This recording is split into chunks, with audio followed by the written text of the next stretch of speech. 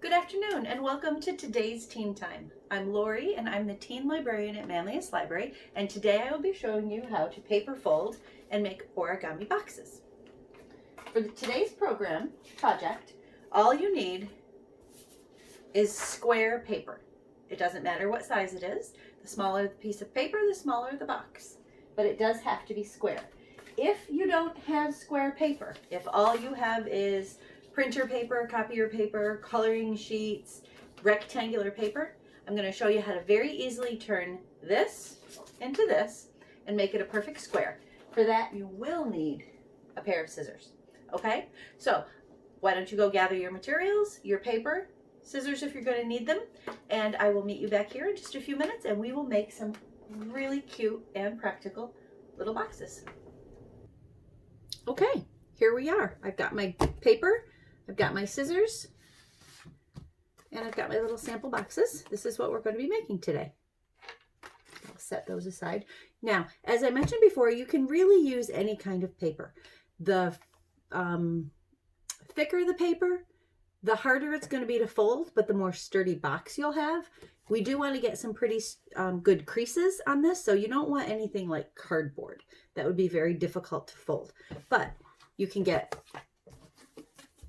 origami paper, which comes in packs like this of, I think this is 5-inch traditional.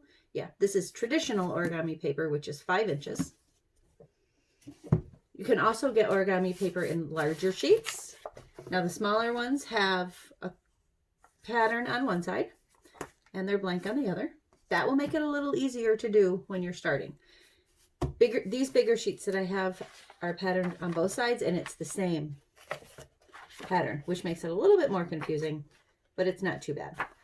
And then if all you have is copy paper, you can certainly use that. And I will show you right now how to make a square out of a rectangle. So we'll take one piece of paper, and what you're going to do is take one of the corners and fold it up so that the short side goes up along and matches the long side perfectly even. You want to make sure you have a very sharp point at the corner and a perfect even match, and then crease it there. Okay? So what you really have is a triangle with another rectangle. And what you're going to do is take your scissors and cut that extra triangle off. Okay, I'm going to set that aside. That would make a cute bookmark. You could decorate it. And then when we open this up, you'll see that what we have is a square piece of paper.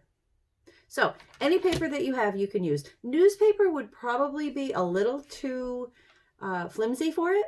And like I said, cardboard is a little too thick. But anything in between, this is kind of a parchment-y weight. But I'm going to show you first. Use this one. Okay, so this is the pattern that you want on the outside. And then there's the blank. The first thing we're going to do is make what's called mountain folds. We're going to do that by folding it in half. You want to match your corners. Fold it as perfectly even as possible. Okay, and give that a good crease. Then when we open that up, you'll see it looks like a mountain. That's why that's called a mountain fold.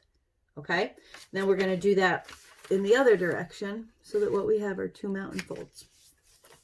These folds will make it a lot easier to find the center of your paper when we're working, because the center is where they meet, right there.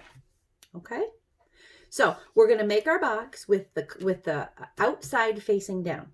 So if you have a piece of paper like this and you want to make it, you can color it and design it before you fold it, and then you'll know which side is up and which side is down.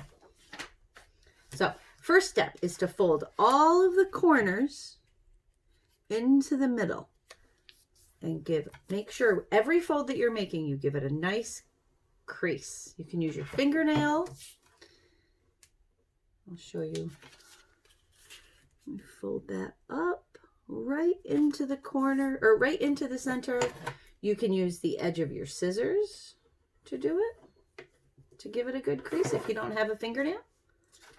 Okay. Folding that in,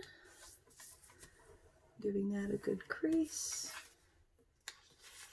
And last time, we're folding that in, and we're going to give that a good crease. Okay, if you have a ruler, you can use a ruler. If you have a marker, you could use the end of the marker to give that a good crease all the way around. Okay, so that's your first set of folds. Second set of folds, you're going to take one of the bottom, one of the sides, and fold it right up to that center point again. Increase it. Okay? And then do the exact same thing on the other side. Fold that right up to the center, so you're basically, whoop, that's not perfect. There we go. Okay? And give that a good crease. All right? Then open those up. And you're going to do the same thing with the other side. So you're going to fold the other two sides up. One, right into the middle. Give that a good crease. And then the other one, right into the middle. And give that a good crease. So you folded both sides in. So we'll open that back up. And we're going to open up our two sides. Okay, so this is what our paper looks like. You can see we've got all of our folds in here. Now the magic happens. We're going to take and fold this side up. And fold this side up. Now, kind of holding those like that. Take this side, and you'll see as you lift it up, these two corners will work their way in. And then you just tuck that down underneath. And give it a good crease across, and you've got three sides of your box already made. We do that on the other side. As you lift it up, those two corners are going to tuck in. Okay? And you fold that down under and give it a good crease. And you have just made a box. A very cute, very functional little box. Let's try that again. I'll use the bigger paper this time. And then I'll show you how to make a cover for your box. It actually works almost exactly the same way.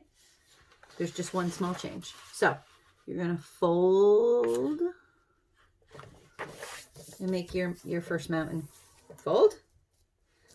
Then you're going to fold it again to make your second mountain fold. Okay. And open that up. And you've got your mountain folds. Okay. Now, the underneath, the pattern underneath, which in this paper is the same as the pattern on top, is what's going to be the outside of your box.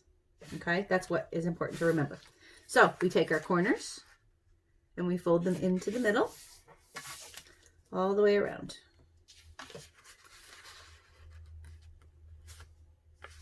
Corner into the middle. Corner, make sure you take your time, fold that right into the middle and crease, give it a good crease all the way around.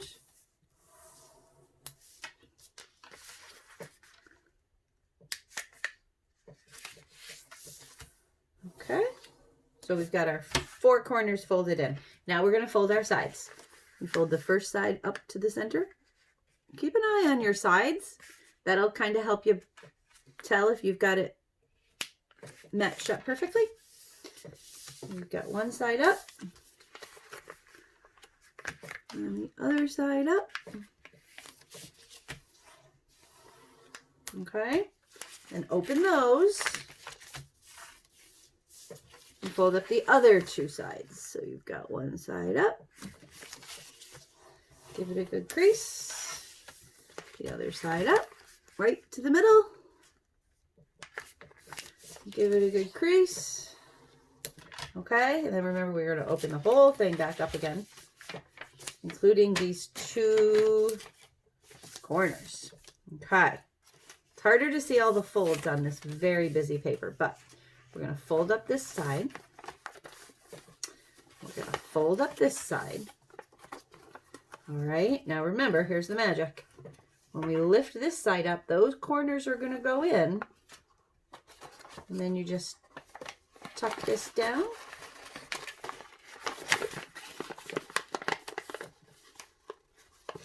And give it a good crease. Okay, so you've got your 3 sides. We'll do the same thing on this side. Fold that up. You see those corners go in. And tuck that down. And give it a good crease. And you've got a box. Now you can use this to store anything you want. You could use it to store pens. The big one. The littler one you could use to store jewelry, earrings. They also make great gift boxes. But for it to be a really good gift box, it needs a cover. So let me show you how to make a cover. That goes nicely. Those two together. So we've got our little box. And we've got our other paper. Okay? We're going to do it exactly the same way. We're going to first do our mountains. Okay? You've got your mountains. Here's 1. And 2. Okay? Now remember, the pretty side, the side that you want to be the outside, goes on the bottom, goes underneath. So we're going to start exactly the same way. We're going to fold these right into the middle.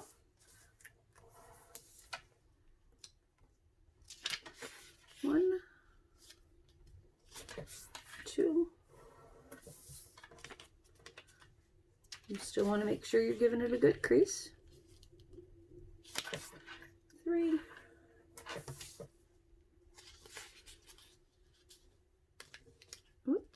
And 4. Okay, we've got our square. Now, just creasing that around nicely.